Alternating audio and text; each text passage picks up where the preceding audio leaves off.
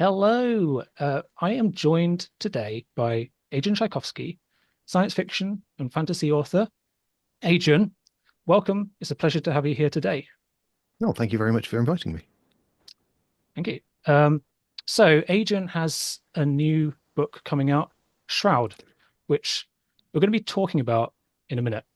But before we do, Adrian, I'd just like to ask you a few sort of general questions about you and your writing, if that's okay. Yeah, sure. Yeah. So, um, when did you decide you wanted to become a writer? And specifically, what is it about science fiction and fantasy that appeals to you as a genre? So I came into writing from role-playing games. I was a very, very keen gamer, especially a games master. I then encountered a set of books called the Dragonlance Chronicles when I was about 16, 17. And they were novels based on someone's Dungeons and Dragons campaign. And that was this sudden light bulb moment of this is a thing I could actually do. And in fact, a lot of the skills you develop as a games master for creating worlds, creating characters, and things like that translate very directly into writing skills. And in fact, the fact that you are as a games master, you're creating things for an audience, even though it's a fairly small audience of your three to four other players. It means you're always already thinking in terms of writing for other people to read. So it's a very useful place to come from, I think. I mean, as to why science fiction fantasy, I mean, I've always been interested in that. I cut my teeth reading Doctor Who novelizations.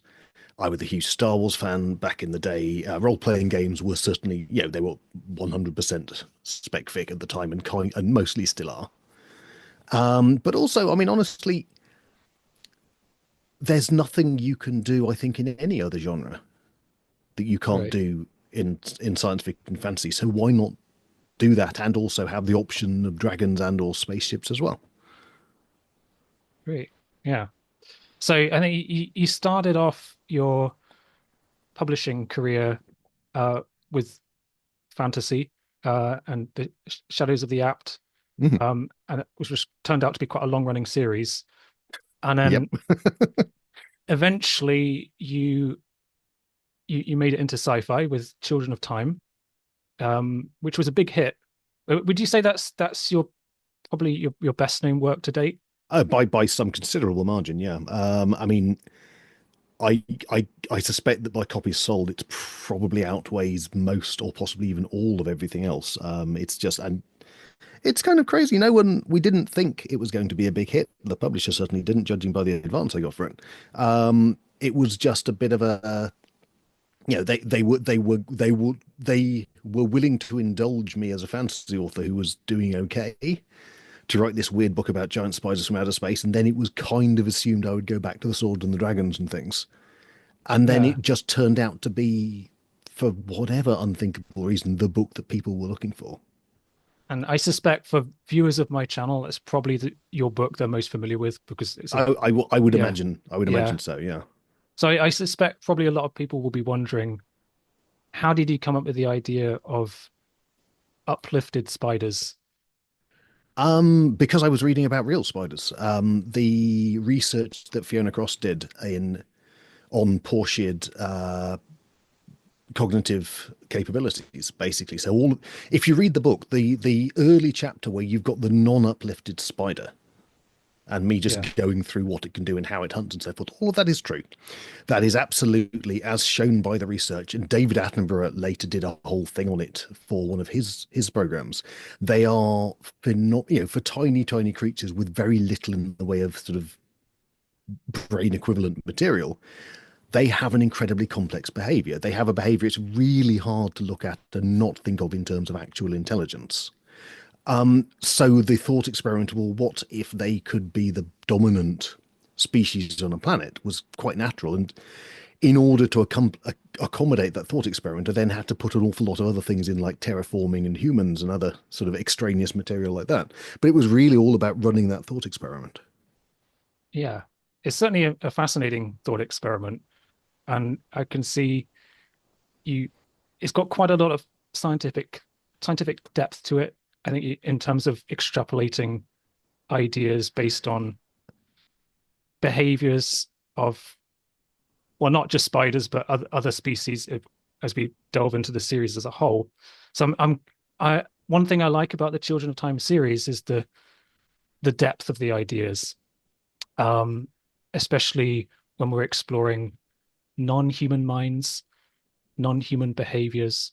And I noticed that you studied zoology and psychology at university. So I'm wondering, to what extent does your background in these subjects influence your writing? Um, I mean the background. I mean, I've always been very fascinated by various sort of scientific areas, especially evolution, animal behavior, that kind of thing. So that came before the university course, and honestly, the university course didn't really go many useful places. I was it was quite disillusioning in a way. But I did carry forwards. You know, it didn't actually sort of cure me on my own innate interest in these topics. So I did kind of continue to research and just sort of gather information, and yeah, much of which I've then been able to use as the basis for books. But it I think it's more just that I've always had that interest with me, an interest in the natural world in particular, but especially an interest in non-human cognition, really. Because and one of the things is, so when I was studying this at university, there was a dominant paradigm set out by a guy called Skinner, which was very much animals are robots. You Right. can't impute any kind of emotional or even intellectual motives to animals in a way that you would to human. And I don't think he was necessarily too keen on even doing it with humans. But certainly you weren't really allowed to talk about animals in that kind of way. And since then, in the last sort of 10, 15 years, the field appears to have broadened out considerably. And people are actually looking at animal behavior in a much more useful way and basically finding that wherever you look, things are far more complicated than that. Intelligence, in that sense of not just running by some kind of programmed instinct, is far more widespread, including in things like the portrait spiders, which people would always have assumed were kind of like little robots. And so, I mean, that to me it's fascinating that actually there is so much thought going on in the world that basically evolution has led to even relatively simple creatures being able to make far more complicated decisions and value judgments, it seems, than we really knew, and more complicated creatures. And that's, yeah. So when you get to like various birds and mammals and things, yeah, we're finding much more evidence of sort of linguistic elements in social animals and all manner of things that. And I mean, it's probably rather cynical for me to look back on the history of this sort of thing and think, well, if you've got a scientific discipline that very much relies on the free access and cavalier treatment of living things in the laboratory, then it's probably quite convenient to assume they're basically robots that don't really feel anything. But like I say, that's probably just me being cynical. Yeah. So, did you have to do much research when you were writing, well, your books in general, but especially the Children of Time series? I mean, it varies book to book. With the Children of Time series, so I'd read the research, obviously, that sparked the book off. And I then, for Children of Time, I went in and had a very profitable day talking through various logistical sort of concerns with the entomology department of the Natural History Museum about, like, what happens when you make insects and spiders big and that kind of thing. And that a lot of that was extremely useful. And just by complete random anecdote, they solved a number of other problems in the book I didn't even realize were going to be solvable in that way. For they're the phenomenal book for the octopus's cognition in Children of Ruin, which is Other Minds by Peter Godfrey Smith, which was very much my Bible for that. And I read a variety of books on bird cognition for children of memory. I mean, what I would like to do is find someone and actually just get to quiz them about something, because that's much more efficient. But for example, for the a new book I've got coming up where there's another species I'm looking at, there is obviously this guy is the world authority on it. He's absolutely retired, and I couldn't get hold of him in any way. So I basically ended up reading about 30 to 40 years of very prolific research just to get my head around the behavioral capabilities of the species in question. Okay. Is this new book part of the Children of Time series, or is that something else? Um, I think I'm not supposed to say yet because there's been no Okay, announcement. Wink, wink. no worries.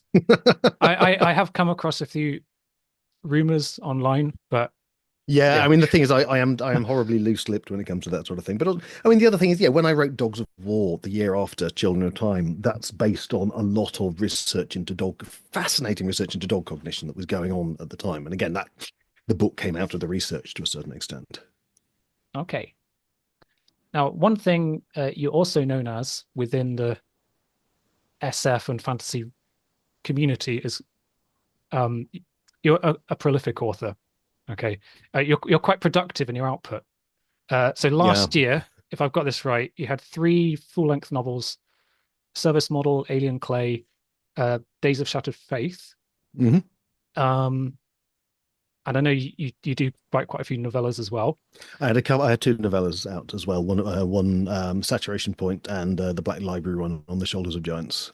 Right. So I'm curious about your writing process. How many words do you write in a day? There's no set thing, and I know some writers really like word counts. I mean, if I can do 2,000, that is a very good day. Right. But really, I tend to work to the beat, so I will have a particular section I'll work through, and then I'll get to the conclusion of that section, however long that might take. Or possibly it will go span over 2 days if it's very long. And then that's the way my sort of well of inspiration goes, is I tend to have enough in the tank to get that one beat done. Okay. And do you have to go through many drafts before you get to your final manuscript? Well, so if there is a secret to the pace I can write, I think this is probably it, because mostly because I do a lot of prep work on how the world fits together before I start writing. I do quite, quite into. I do a lot of there's a very long period of me putting it all together in my head, and then a shorter period of me sitting down and just writing down everything I can think of and working out how it all interrelates. If I can get that right, then everything I am writing in that first draft fits together. Though what I don't then need to do is go through for an extensively altered second draft to bring everything into line with itself and make sure everything is consistent, because it already is. Therefore, if I've done my job properly, and if the book isn't very complicated in structure, that first draft and the submission draft are basically just, it's an editing pass with extraneous bits cut, because Okay. I do still write long. In more complicated books where the structure is very fiddly, then it can take considerably longer to do. But ideally, that means I can write it, I can have that one read through, I can submit it. Okay. So, like I say, you've been quite productive over the years, and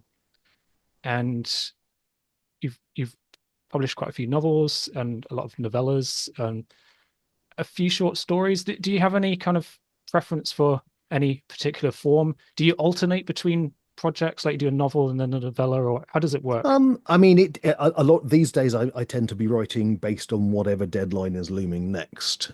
Okay. It can be nice to do a novella. Can be quite a nice palate cleanser between longer projects, because novellas are a very efficient thing to write. I find that a lot of the time, I mean, with writing a novel, the middle is the slow bit. And I think a lot of writers find this. So you zip through the beginning because you've thought about the beginning a lot.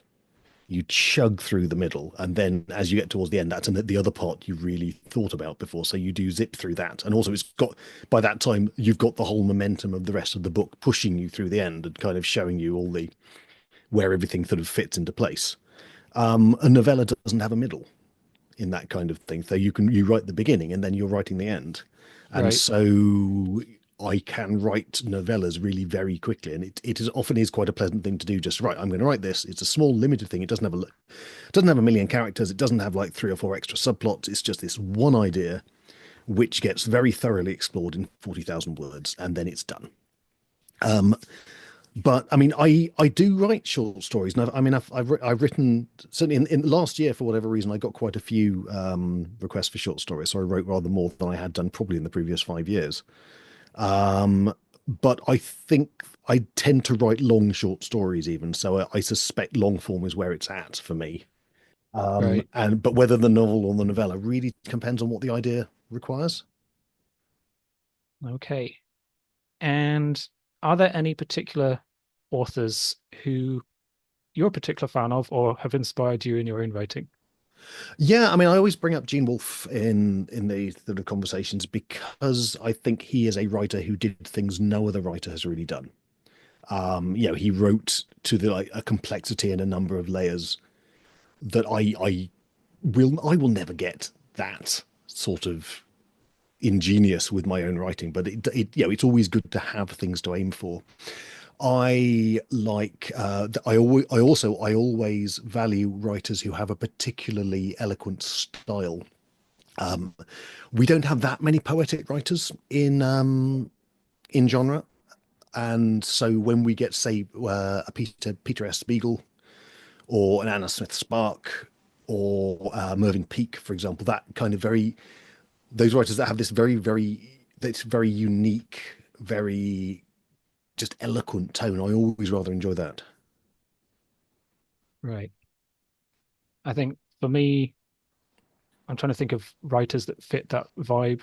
For maybe Ursula Le Guin, uh, she's one of my favorites. Yes, yes, very much. I Yeah, mean, and I mean, obviously, I'm still really learning quite what a range of different sorts of book Le Guin put out. Because I mean, I read very recently for a podcast, Lathe of Heaven, yeah, and that's an entirely different sort of Le Guin book to the ones I knew. I mean, I mostly know her for Earthsea, but I also know her very much for her superb short fiction, her science fiction short fiction, which is amazing. yeah. Okay, I'm going to ask you a few questions about Shroud now, I think. So, uh, Shroud is your new novel. Uh, it's a first contact survival tale set in a far off, hostile world. I recently read it and I reviewed it on my channel. Uh, Firstly, I'd like to clarify something, just a point here. So I think the release date is 27th of February. Is that right? That sounds right. Yeah. Is According to Amazon.com, the American release is 3rd of June. Is that Yes, and yeah. I mean, don't ask me about that. I have no control or influence over that. I'm not quite sure why they aren't closer, but it's a thing that the two publishers involved have presumably hammered out between themselves. Okay. And I apologize to American readers that they're having to wait the extra months. Okay. Um so yeah, anyway, I recently reviewed Shroud on my channel. Thank you. Really enjoyed it. Uh Great read. But I'm gonna, rather than me just say things I've already said about it, in your own words, what is Shroud about, and when and where is it set? Okay, so it's it is not in any way in the same setting as Alien Clay from last year, but it is also a book about people discovering a planet with a very weird sort of biosphere. In this case, a very weird everything. It is the Shroud. Shroud is the name of the moon of a gas giant, which has phenomenally hostile conditions from the point of view of Earth life. High pressure, very low temperature, no oxygen, no free oxygen in the atmosphere, and absolutely no light on the surface because the atmosphere is very murky. But there is a biosphere there, and in fact, the biosphere is constantly putting out vast quantities of radio waves because that's what the life there is evolved to use as communication and sensory mechanisms. Um, the humans that turn up here are part of a rather exploitative sort of commercial concern, um, and for reasons that are explored in the first couple of chapters of the book, things go very badly wrong. There is an accident up in orbit, and a couple of the two main characters are basically catapulted onto the surface of the planet in an inadequate vehicle with, because of this enormous electromagnetic chorus, absolutely no way to signal to the ship that they are still alive. So, from the point of view of the human characters, the bulk of the book is a very, very harrowing survival story of trying to get across most of this planet so they can find the one point where they can signal home. From the point of view of the life on the planet, it's a jolly first contact romp. Okay. And how did you come up with the idea for Shroud? Is this something you've been thinking about for a while? Uh, It's part of a progression, I think. So, with Alien Clay, I wanted to push the idea of, well, what if evolution on a world was worked in different and kind of non-Darwinian ways? And Shroud, I'm saying, all right, well, what if we now look at life on a world that is very unlike Earth? Because most of the alien worlds I've written about, yeah, I think, all right, we'll have an oxygen-based biochemistry. We'll have a world you can kind of walk about on. So Kiln or Nod or something like that. They are certainly worlds with hazards, but they don't just kill you stone dead the moment you step outdoors. And Shroud will. So I wanted to say, right, you've got this world, you've got all these parameters, you've got this, and let's work out how weird we can make the life while also having it feel like this is a plausible setup for life to exist in. right. Which hopefully I've done. I guess we'll find out. And so it's me just sort of pushing the alienness of my worlds that extra notch. And Yeah. then maybe, I've got some thoughts for maybe future books where we can make it even weirder still. I mean, I have not yet. I was toying with the idea of trying to do non-carbon biochemistry, but looking at it scientifically, the parameters where you get, say, a stable silicon-based system are way more hostile than anything on Shroud. It's very difficult. You get to that sort of terrain, and it's almost sort of Dragon's Egg territory. It's very hard to work out the situation where you can have any kind of communication or interaction between your human point of view characters and the alien life because it's so divorced from any kind of conditions we can operate in.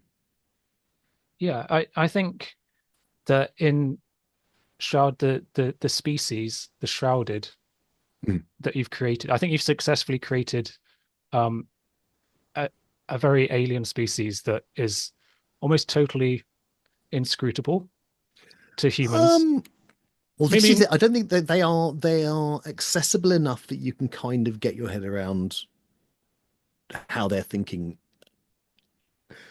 well, They're probably more of a challenge than, say, the spiders in Children of Time, which are at least Earth-like. But there is this kind of holy grail, which I think I'm just trying to slowly creep up on, which is the idea of having a completely alien thing that you can write from its point, but still writing from its point of view in a way that a human reader can understand what's right. going on, and the book isn't just gibberish. And a Shroud is probably the closest I've got to that ideal yet. And then hopefully, I will have a future book at some point which will go a little closer still. And it's that sort of Zeno's paradox progression towards that point. I mean, I think that the key way you've achieved that is through the dual perspective. So we have some chapters alternating from the shrouded point of view, um, which I thought was quite a fascinating insight into the way they perceive the world, the way they narrate the story, they interpret the events and rationalize the behavior of the human characters, which is in many cases profoundly different to what the humans think is going Yes, on. I mean this is Yeah, it's a first contact situation where neither side is necessarily clear that it is contacting another intelligence because their starting points and their starting frames of reference are so very different. yeah, and I find this dual perspective between two different worldviews um, quite quite interesting, quite satisfying to read. And I noticed that because I also read Elder Brace quite recently. Mhm. Did you do a similar kind of thing there? Yes, I mean in Um, that case it's even though in that case it's still two human viewpoint, they are two humans who can't necessarily communicate just because they come from so different a background. right. So is this a kind of narrative form that you enjoy working with? I Like, mean, it and seems to be. I don't. I mean, I guess it's also. I mean, to a certain extent, that is also Children of Time. So I guess once I'd done that with Children of Time, I think that set a bit of a pattern for right. This is kind of how I will be approaching a lot of science fiction. But also, it's to a certain extent, you if you want to write from a non-human point of view, You kind of have to do that to a certain extent. I think that if I'd written the book of the Children of Time with only the spiders, it would have been quite inaccessible. I think if I'd written Shroud with only the shrouded, it would have been complete nonsense. So I mean, and this is, I mean, and I'm obviously not in any way unique by doing this. I mean, if you look at Werner Vinge, for example, like A Deepness in the Sky or A Fire Upon the Deep, that's exactly what he's doing there. And you get these misunderstandings and these sort of perspectives passing each other without quite connecting because of the way the non-human perspective sees things compared to the human perspective. And the key, I mean, what Vinge does and what I think the important thing to do as a science fiction writer at that point is just to make sure that you're not doing that bad old days of sci-fi thing where the aliens are basically quite stupid and the difference is that they don't understand the clever humans. You need to show that that misunderstanding is going two ways. The idea that we will turn up and we will always understand what the aliens are doing because we are much more clever than them is this weirdly colonial mindset that got imported into a certain quantity of earlier science fiction that I think we are well rid of these days. Right. Um, yeah, and another thing I liked about Shroud was the characters. So on the human side, we've got a first person narrator, uh, Juna, right, who's Yes. an administrator working for the research crew. She's a director's assistant. And is there any reason you chose her as the protagonist rather than someone else in the crew with like more scientific or technical expertise? I mean, I think just it makes her possibly just slightly more of a useful POV character because it does mean that the more technical characters have to explain things to her, which means, of course, I'm then explaining it to the reader in a way that is not just me vomiting out a lump of exposition.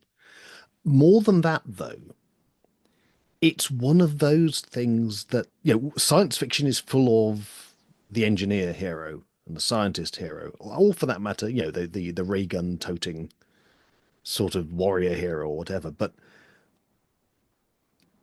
the character who makes sure that everyone else can work together, the character who is like the buffer between all the egos and all the prickly sort of peculiarities of everyone else, and who just makes the whole team work. The administrator, the assistant, that is a role that is very seldom sort of lionized. So I thought, well, all right, let's do that. And it does mean that so the character she's with is the engineer. And at the beginning, it looks like, well, obviously Juna is dead weight and the engineer is the one that's going to solve all the problems. But what Juna has is emotional resilience, and they're in a phenomenally traumatic situation with nobody else but each other. And because it's Juna who has that kind that basically who has the people skills, the social skills, she's the one that keeps them sane. So the two of them work as a very effective unit because you have someone who understands the physicalities of the problem, but you have someone else who is able to keep them going and keep the pair of them going through this phenomenally arduous trek. And that's it's a skill set that science fiction doesn't necessarily assume you need when you're doing space exploration. We get this, yes, obviously you need lots and lots of genius scientists with enormous egos. No, if you that's basically like rats in a trap at that point. If you just have like 17 copies of Sherlock and House and send them off to build your Mars colony, they're all going to kill each other through just not being able to get on. You need the social skills. Right. Yeah, and I think uh she works well as a character, and I like the the character dynamic between herself and her colleague, who are both for much of the narrative trapped within the pod. Mm. Um, so we've got, I think, what are quite sympathetic characters, but at the same time, this is against a backdrop, against quite a dystopian vision of the future, right? In terms of uh The the the concerns, the yes. concerns. Yeah, well, yeah, perhaps you can explain what the concerns are. I mean, the concerns are basically they are just ferociously rapacious corporations. And at this point, they are, wherever you have humans, from star to star, they're all working for the concerns, and the only interest of the concerns is growth and expansion. And every concerned ship has targets it needs to meet, and those targets get passed down from the top down to the bottom, down to people like Juna and May and all of the rest of her team. And if you, yeah, when you are not being needed to do your job, you are put on ice in suspended animation, and it's well known that if you fail to hit your targets, maybe they will never wake you up again. So it's that kind of that ultimate dystopia of being 100% reliant on your employer for literally everything, including being able to continue to exist. And really, this is, for me, this was the contrast. So this is your capitalist sort of your capitalist dystopia, and obviously Shroud is your authoritarian fascist dystopia. Not Shroud, sorry, Alien Clay is your fascist dystopia with the mandate and its kind of rigorous ideology that it will put ahead of everything up and doing, including its own sort of efficiency a lot of the time. Yeah, yeah. I think it all comes together very nicely, I think. Um, Thank you. and I suppose you could argue that some elements of the Shroud are quite horrific. I mean, I wouldn't describe it necessarily as sci-fi horror, but it's certainly um, Shroud feels like quite a horrific place to be in, or to be Oh, Shroud is trapped horrible. in. Yeah, Yeah, you wouldn't yeah, want to be there at all. Um, yeah, but I mean, so a lot of my science fiction ventures into horror territory. I mean, yeah, Children of Ruin is notable. There are several sections in Children of Ruin which are particularly horrific. Um, the thing about me doing horror most of the time is it is very incidental horror, and it is horror that just arrives very logically from the science of it. So a lot of the time, what's going on is horrible from a human perspective and absolutely fine from the other perspective involved. So the Noden creature that they encounter in Children of Ruin, which is the source of most of this horror, is having a great time. It's going on an adventure, as it says, and from its point of view, this is like I say, it's a jolly romp through a very new environment, which just happens to be a human brain. And similarly, obviously, from the point of view of the creatures on Shroud, Shroud is where they live, and it's not horrible at all. It's basically just this is what there is. I don't, what this is. Why would you find anything odd about living in this sort of crushing, freezing, pitch black place full of everything screaming at you on every single radio frequency and indeed audibly? Um, it's horrible for humans because humans are fundamentally not supposed to be there. right. If you can imagine a creature from Shroud ending up on Earth, it would be pretty, well, probably quite briefly horrific for them. Yeah. One thing I've noticed about Shroud is that it in the last year or two, it seems to be part of a kind of recent um, output on your work of standalone sci-fi novels. So I'm thinking Alien Clay, Service Model, Shroud. These all came out in the last year or two. Is this something you kind of you want to continue doing?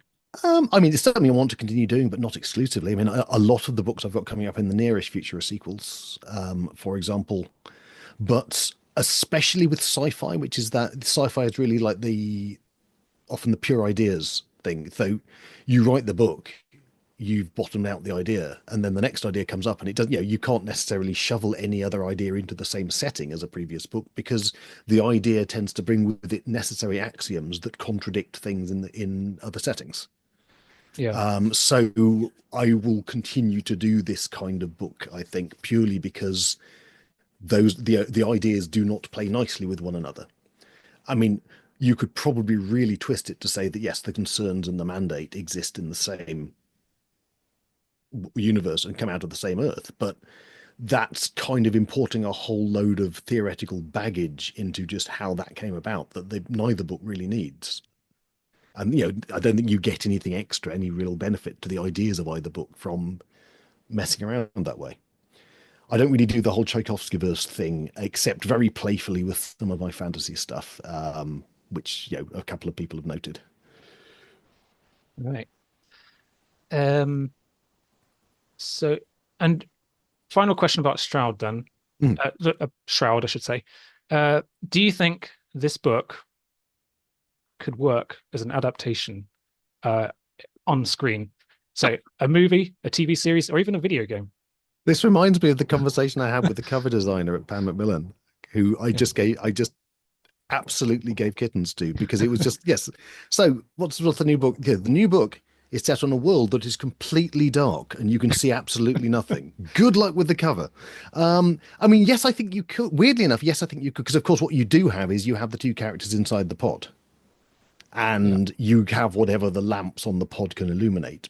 So visually, it could actually be extremely effective, and it would be very weird, but very powerful if you got the effects. Yeah, if you Right. got the visuals right, because everything is always constantly looming. What I think you would not be able to do is really bring the alien perspective over, because that is so internal. I mean, much like Right. the spiders in Children of Time, it's a lot of it is very internal in a way that is not cinematic. I have, however, given up saying that anything is unfilmable because, of course, they did Arrival. Villeneuve and company did The Stories of Our Lives, or the Ted Chiang short as Arrival, which I absolutely would have said was probably the most unfilmable thing anyone had ever written, and which they did an incredible job with. So, yeah, who knows? I mean, I think even if you did lose a chunk of the alien stuff, which would kind of mean you were losing a lot of the point of the book, you'd still end up with something that was visually very remarkable, I think, if you were able to bring that to the screen. Yeah. Certainly, I can envisage it. Um, I think there are, despite the fact that the shroud is pitch black, and we can't get the alien perspective really, but I, there are certain scenes within the book which feel quite cinematic, at least when I'm reading it. Mhm. So obviously it'd have to be done in the right hands, but uh, so um, so the last thing I'd like to ask you about is what are you working on at the minute, and are there any future projects you'd like to tell us about?